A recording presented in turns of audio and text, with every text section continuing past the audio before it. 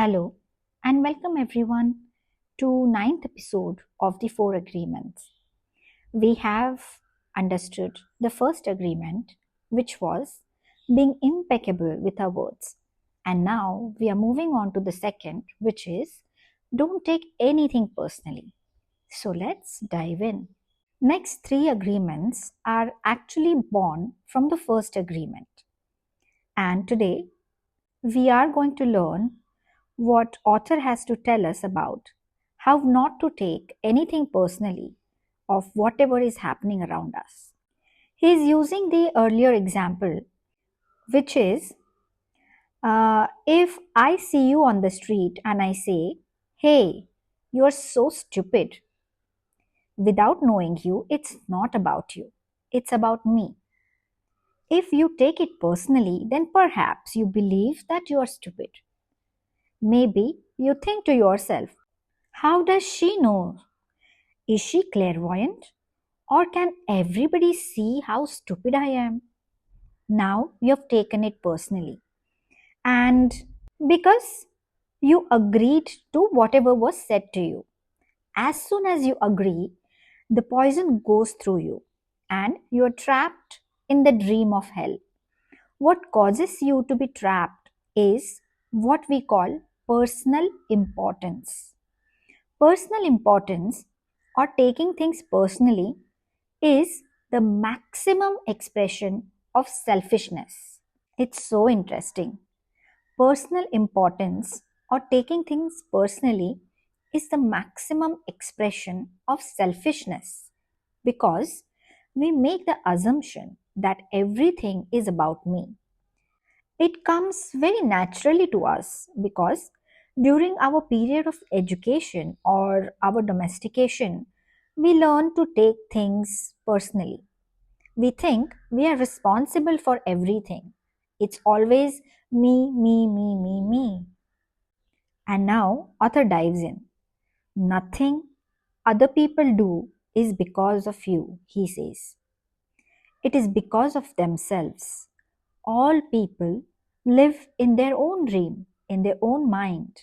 They are in a completely different world from the one we live in. When we take something personally, we make the assumption that they know what is in our world and we try to impose our world on their world.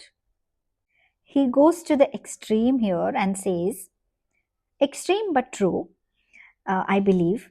He says, even when a situation seems so personal, even if others insult you directly, it has nothing to do with you.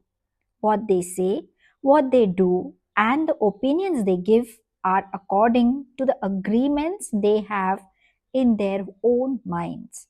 Their point of view comes from all the programming they have received during domestication. If someone gives you an opinion and says, "Hey, you look so fat," don't take it personally because the truth is that this person is dealing with his or her own feelings, beliefs, and opinions. That person tried to send poison to you, and if you take it personally, then you take that poison and it becomes yours. You end up eating all their emotional garbage, and now it becomes your own garbage. I really enjoy the metaphors author uses in this book.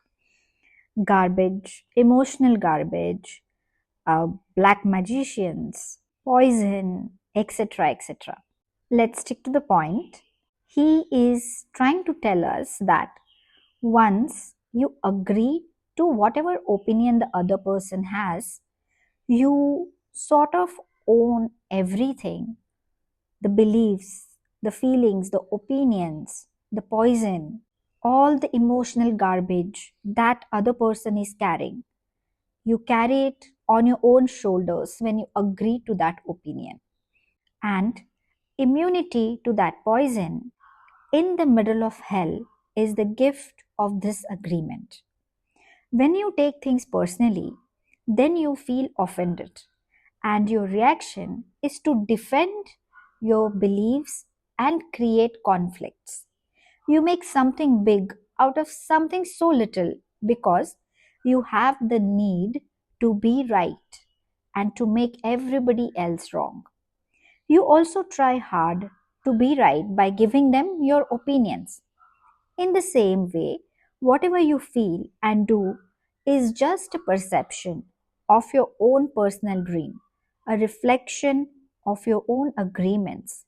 What you say, what you do, and what the opinions you have are according to the agreements that you have made. And these opinions have nothing to do with the other person. In next paragraph, author is giving his own example. He says that it's not important to me what you think about me, and I don't take what you think personally. I don't take it personally when people say, Miguel, you are the best. And I also don't take it personally when people say, Miguel, you are the worst. I know that when you are happy, you will tell me you are such an angel. But when you are mad at me, you will say, Oh, Miguel, you are such a devil. You are so disgusting. How can you say those things? Either way, it does not affect me because I know what I am. I don't have the need to be accepted. I don't have the need to have someone tell me if I'm doing good or how dare I do something, because I know that whatever you think is your problem, not my problem. It is the way you see the world. It is nothing personal because you're dealing with yourself. Others are going to have their own opinion according to their belief system.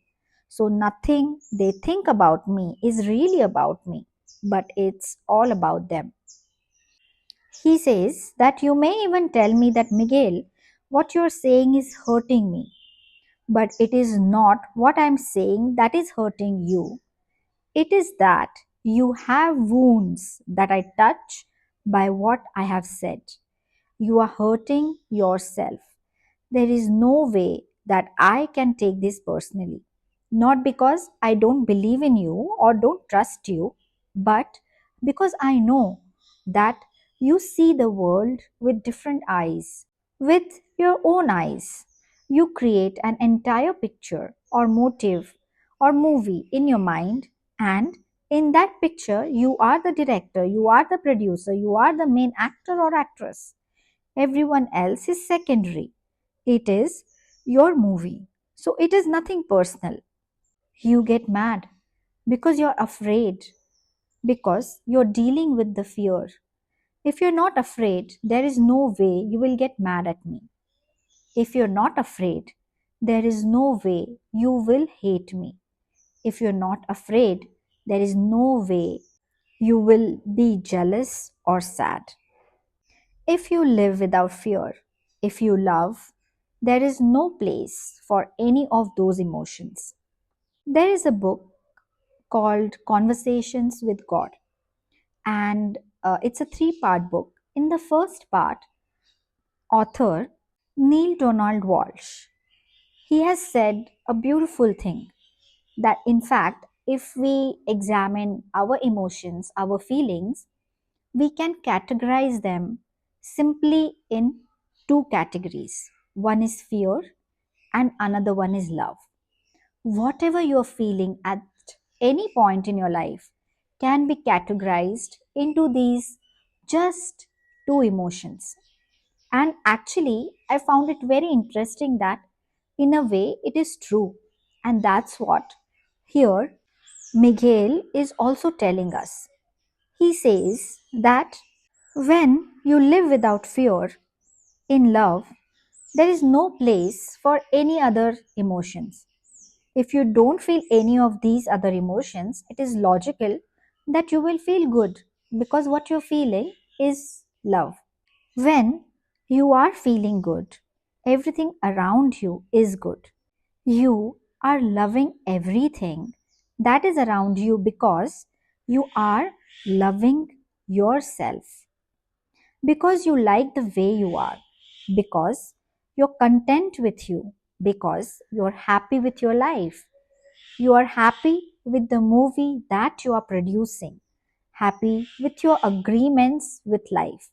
You're at peace, you're happy, you live in the state of bliss where everything is so wonderful and everything is so beautiful. He says, in that state of bliss, you are making love all the time with everything that you are perceiving.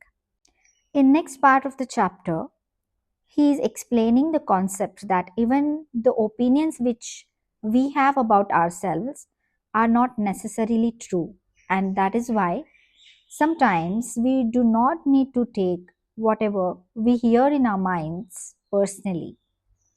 And he explores this idea in detail in next part of this chapter. So we will explore that in our next episode.